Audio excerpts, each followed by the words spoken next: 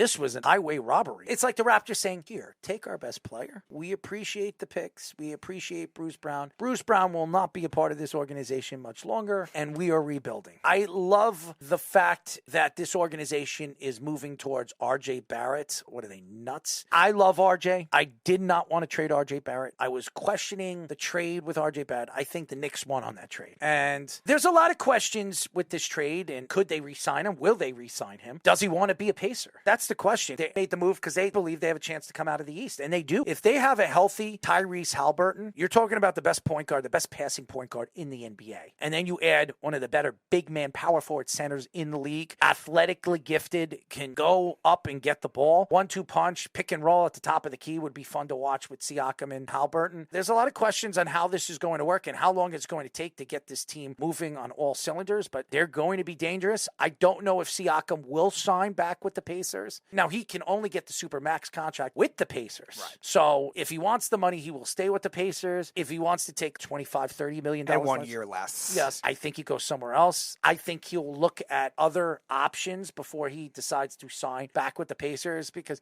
even though the Pacers are up-and-coming team, we still have to see what Rick Carlisle could do with a bunch of good, talented players around his star point guard. Yeah, you look at the young players last year, too. It seemed like the trajectory with Rick Carlisle, like, it wasn't working for them. And sometimes that old-school coach mixing with new-school players wasn't going to work. But this year, you definitely saw the improvement right away in the beginning of the season. You talk about Halliburton. Performance-wise, he was probably the best point guard in the league before he got hurt. Maybe him and Shai Gilgeous-Alexander were switching off. But regardless, like, he was one of them. Maybe the best in the Eastern Conference. And a lot of these other draft picks, Mathurin and Chris Duarte, they drafted. They're good three-point shooters. Miles Turner, who seemed like he was on the trade block forever, is a good center. So they, in addition to having good players, have a good coach and financial leeway if they want to give Siakam that kind of deal. So, and it was surprising, too, on the Raptors end, like, considering how much they were able to try to get out of the Knicks when they traded for OG Anunoby, getting Quigley and Barrett in that same deal. You would think they would try to push harder for somebody like Siakam, but I guess with the unknowing that he's going to sign, because Siakam did say, oh, I'm going to go test free agency, maybe that kind of hurt the value for Toronto. So Indiana got a good deal, and now it's up to them to be able to try to keep him, make him happy so he can stay there. Because I agree with you, if he hits free agency, I think he's going elsewhere. The Nets have expressed interest in Hawks point guard DeJounte Murray. The Nets are looking to make a move that could take them over the top. Now, if you get DeJounte Murray, does that give the Nets an opportunity to be a contender in the playoffs this year? No. If I were the Nets, I don't trade Cam Thomas. Cam Thomas is a player that you found in the draft that could be a star in this league, and you're going to just part ways with him because you want DeJounte Murray. And DeJounte Murray is a good point guard, and he puts up great numbers. But if he was that great, why did the San Antonio Spurs decided to part ways with him? You're going to bring in another personality where you have guys like Ben Simmons there. And Mikal Bridges, he's a great player. His contract is up after next year. He's a free agent. Where do you think he's going to want to go? His three best friends are playing for the New York Knicks